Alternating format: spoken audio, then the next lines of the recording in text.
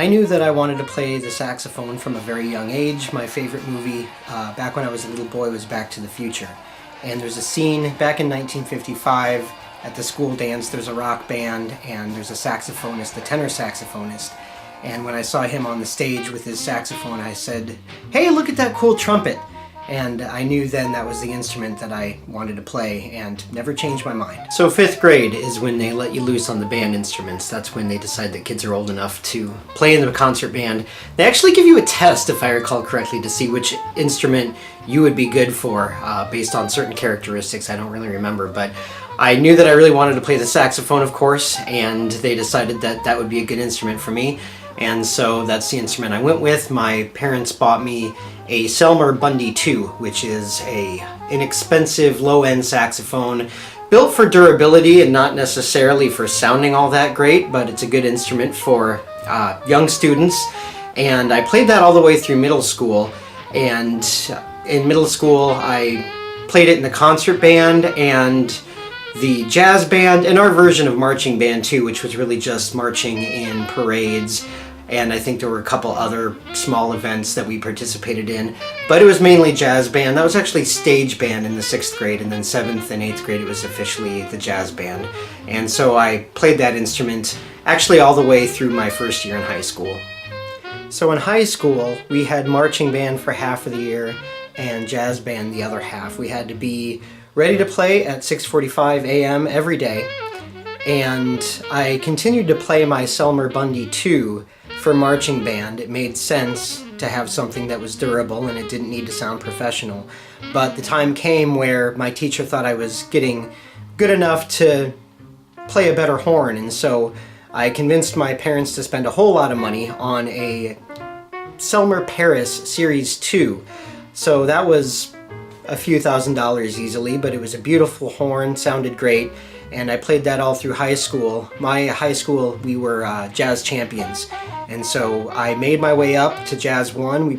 I played Jazz 3, Jazz 2, Jazz 1. I actually played the baritone saxophone in Jazz 1, but I was involved in jazz band all 4 years. We went to state championships, we won. It was a really good time. We had a lot of trips out to different cities for competitions and things like that.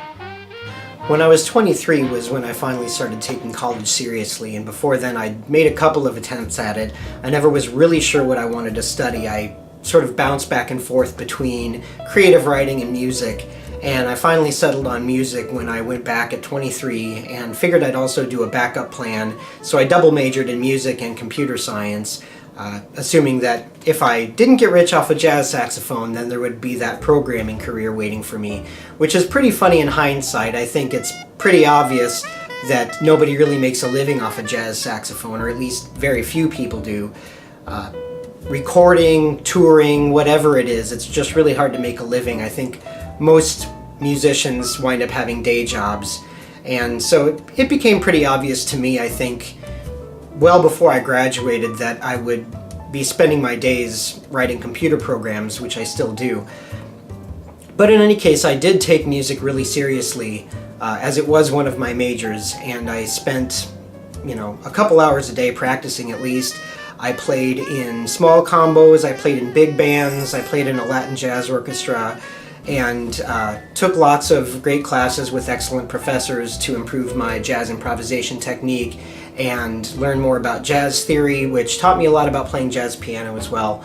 So college was a really active time for me for music, perhaps the most active time in my life, because since then I've been spending my days doing software engineering. I really only got a bachelor's. I did apply for a master's program at Indiana. I wanted to go for music informatics, which is another way to say information science for music. It's digital signal processing, it's taking music and turning it into data that you can do different things with, that you can analyze in different ways. You might do something like plagiarism detection, or maybe you hum a tune into a microphone and the computer can go look up what song it is, things like that. I actually didn't get accepted. To this day, I'm not really sure why.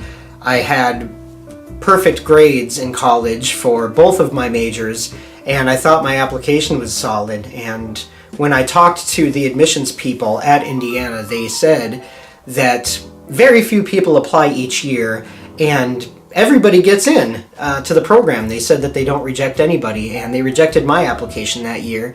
And like I said, I'm not really sure why. One theory that I have is that it was during the economic crash of 2008, 2009. So a lot of people were out of work and were going back to school, and maybe the program was full, but I never really got an explanation. So for several years now, I've played with a rock band. They're a classic rock band. They play a lot of tunes from 60s and 70s, sometimes even earlier. They also play a lot of their own originals.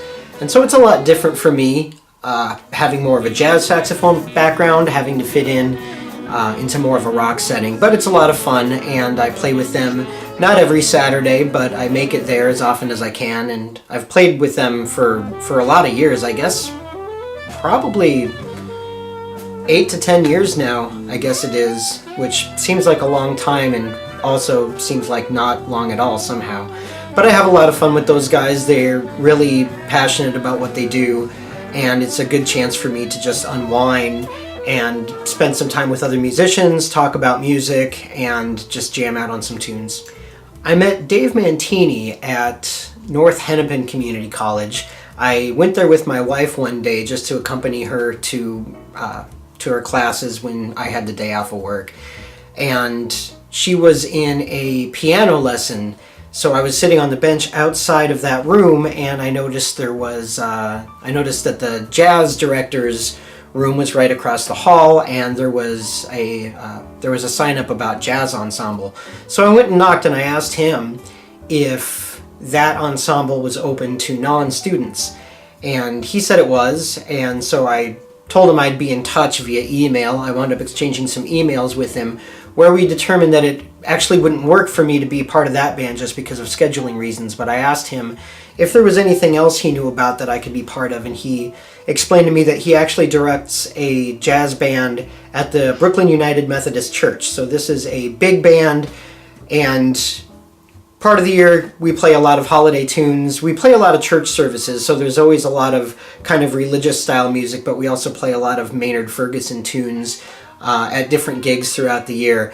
And so I've been playing with them for several months now. We meet about every 2 weeks on Sunday, not exactly every 2 weeks. We all have busy schedules. It's sort of a more casual band full of people who have day jobs and aren't really professional musicians, but they're all solid ensemble players and soloists, and it's just kind of a more laid-back environment for people who just want to stay involved with music and keep playing in a band. So I have a lot of fun with that as well, just playing at the rehearsals and practicing for him and doing the different gigs that he manages to book for us, as well as the church services. And it gives me just, it gives me continued exposure to the jazz setting, and I've met a lot of really great people there. Practicing music is meditative in a lot of ways. When you're practicing, everything else in your life just sort of fades into the background and you don't think of it. You're only thinking about keeping time and playing with good pitch and intonation and making each iteration sound better than the last. And so, to put it in computer science terms, it's sort of a way of clearing your cache.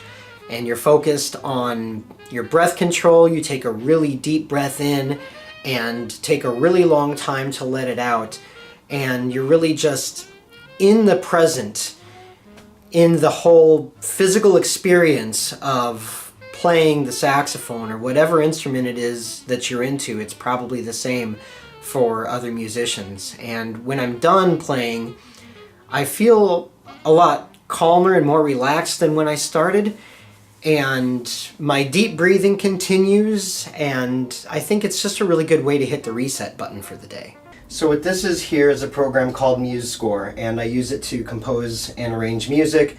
I usually write my music at the piano, but then I'll bring it over here to MuseScore to sort of, paint it in a little bit, expand on it, rearrange it. And so over in this tab, This is the original melody that I wrote on the piano. Let me start from the beginning.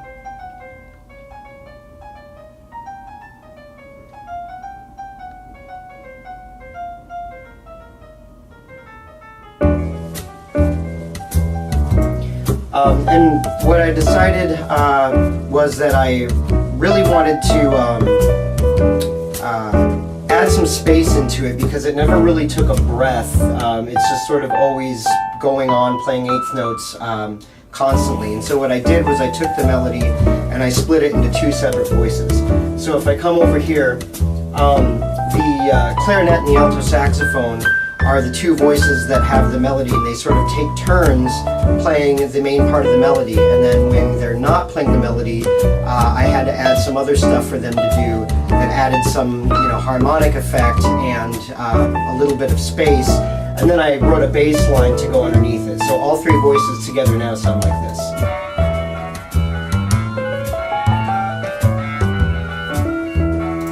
Now listen closely, because maybe you can hear the original melody being sort of bounced back and forth between the saxophone and the clarinet.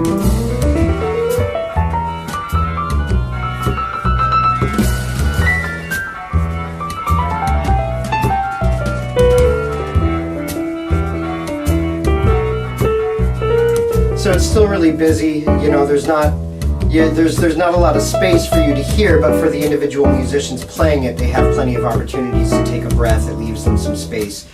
So it was more, doing that was more out of concern for the musicians than it was for the music itself. But in doing so, I was able to make this sort of, really busy, chatty kind of conversation between the three different